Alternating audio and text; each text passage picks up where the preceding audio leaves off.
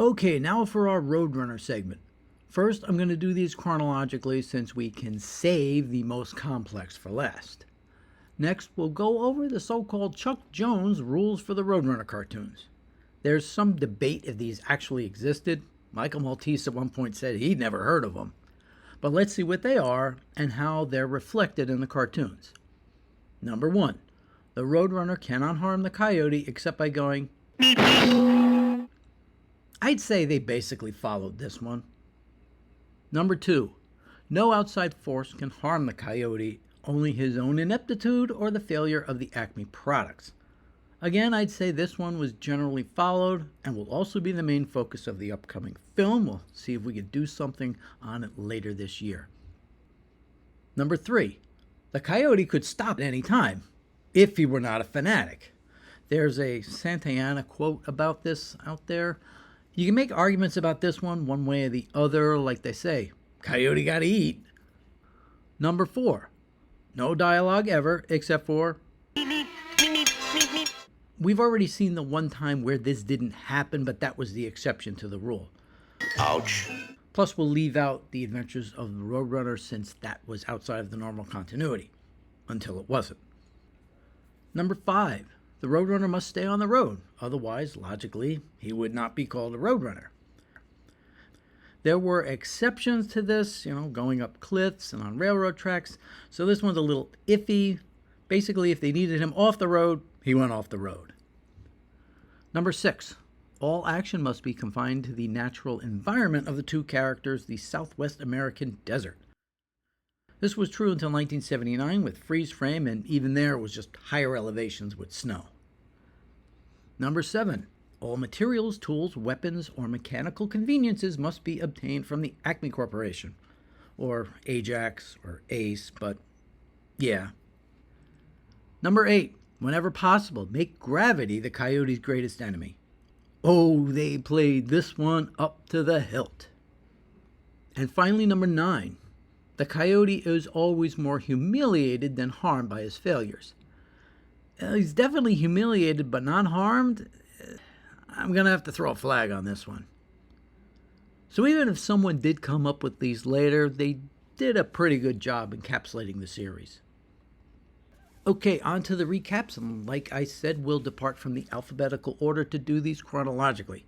When done that way, the first 3 of these appeared on the Roadrunner-centric Disc 2 of Golden Collection Volume 2, and were all done by Jones and Maltese, and all 3 were on the networks in the various Roadrunner show iterations. Stop, Look, and Hasten was released on August 14, 1954. Here's the rundown. The Coyote is so hungry he resorts to eating bugs and even a tin can, earning him the name Eatibus Anythingus. The Roadrunner, Hot Rodicus Supersonicus, runs by and the chase is on, but only for a moment before the bird takes off, leaving the canine's eyeballs on the ground.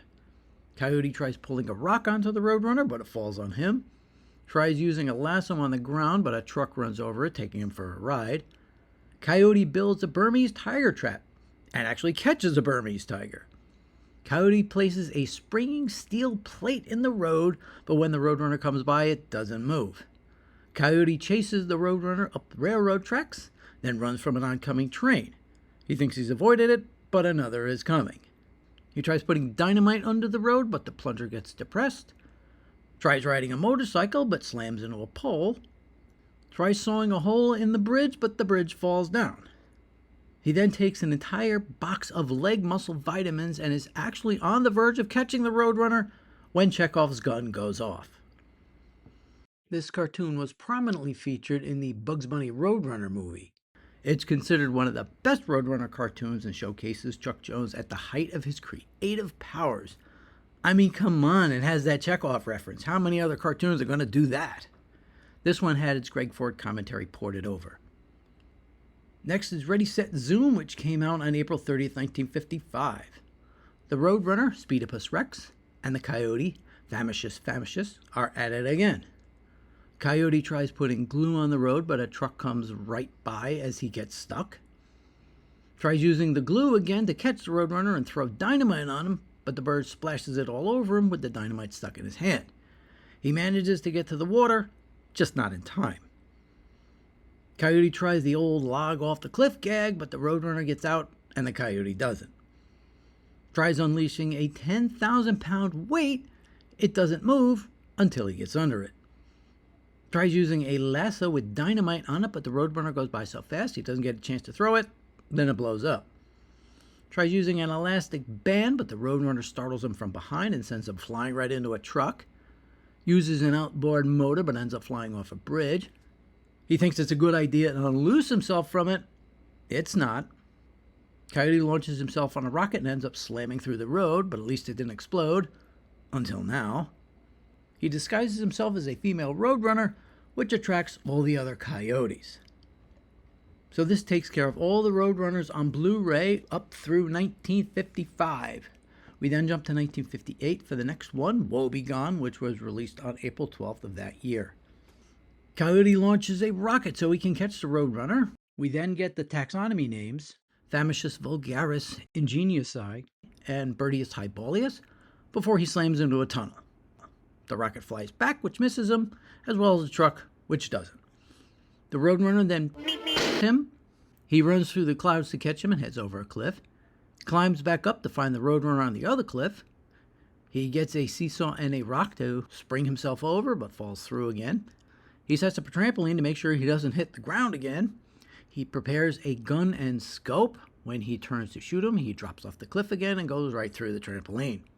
Sets up a giant rubber band to trip him, which pulls the two rocks on either end together.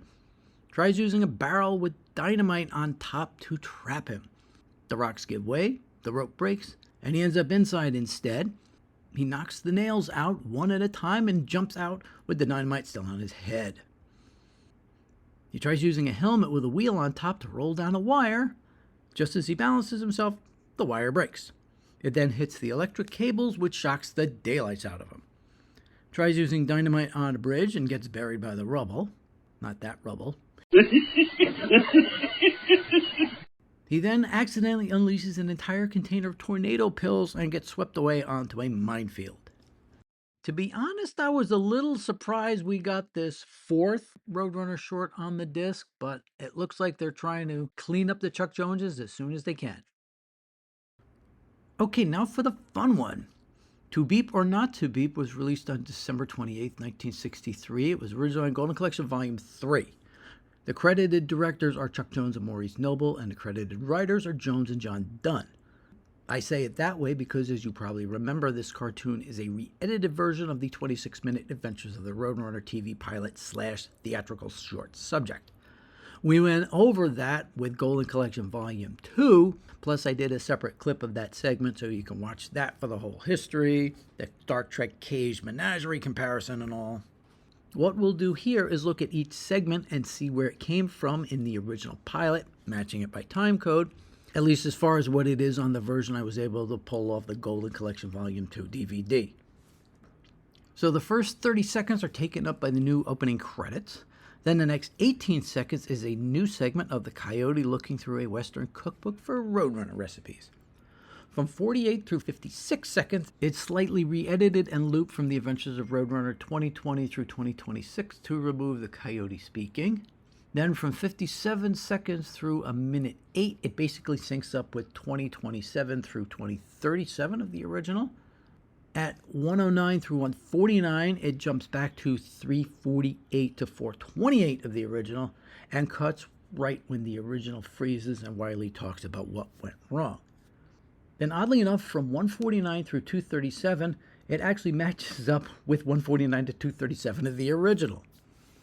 From 238 to 343, it lines up with 2050 through 2155 of the original and cuts when it goes back to Wiley watching the film. At 344 through 356, it goes back to 2039 through 2050. Why didn't they just leave it in the same order? At 357 all the way through to 412, it matches with 2232 through 2247. Then for some reason, from 413 to 420, the new one jumps to 2251 through 2258. Then at 421 through 425, it goes back and does the skipped over segment. From 426 through 618, it syncs up with 2258 through 2454 of the original. Then the new one zooms in for an original segment with the Roadrunner Manufacturing Company reveal instead of the original blueprints, and then of course the end. So as we've seen, all the segments with Wile talking were removed, as well as the entire segment with Ralph and his friend. Not sure what made them do the 2 little flips they did. Just made more work. Also, they did not port over the Greg Ford commentary from the Golden Collection. Why? Don't know. But I think I figured out why Maltese and Ray are not credited here.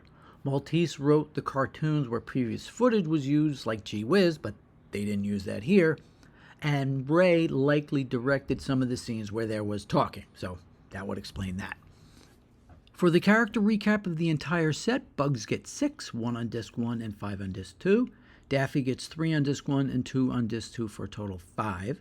Porky does very well. He has just the 1 on disc 1, but a whopping 7 on disc 2 for 8 total. Elmer has 1 on disc 1 and 2 on disc 2. That works out nice. Tweety has 3 on disc 1 and 2 on disc 2, but Sylvester has 4 on disc 1 and 6 on disc 2 for a total of 10. Roadrunner and Coyote have 6, 2 on disc 1 and 4 on disc 2. Foghorn Leghorn has 3 on disc 1, but just 1 on disc 2. Peppy has his 2 upgrades on disc 2. Speedy Gonzales only has the 1 on disc 2. Ralph and Sam have their 2 on disc 1, as do the Goofy Gophers, and Charlie Dog has 2 on disc 2. Director-wise, Chuck Jones has 17 or 18, 6 on disc 1, 7 if you count his story credit, and 11 on disc 2.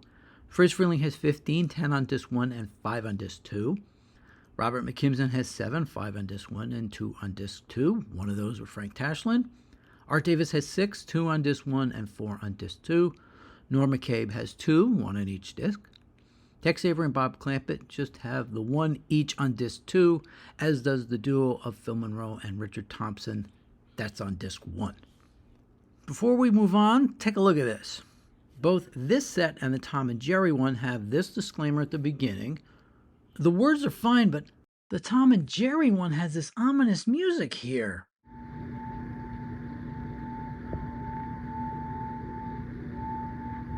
I mean, what do they think we're going to be watching?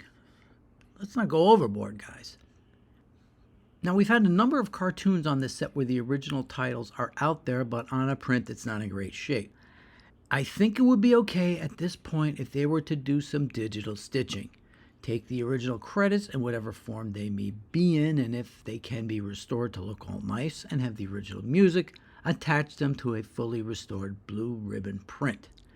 The original negatives may never turn up at this point, so this is an option I think they should start looking into, as long as they let people know. The Jimi Hendrix estate has gotten themselves into a bit of trouble by not coming out and saying they've done some of this to some of his songs to create new ones, so just be transparent. Hey, it'll give them an excuse to release some of these again. One more thing, the Warner Archives release for June is Dastardly and Muttley and the Flying Machines, which has one of the catchiest themes of any show ever. Stop the pigeon, stop the pigeon, stop the pigeon, stop the pigeon. This was one of 2 follow-up shows to Wacky Races, the other being The Perils of Penelope Pitstop.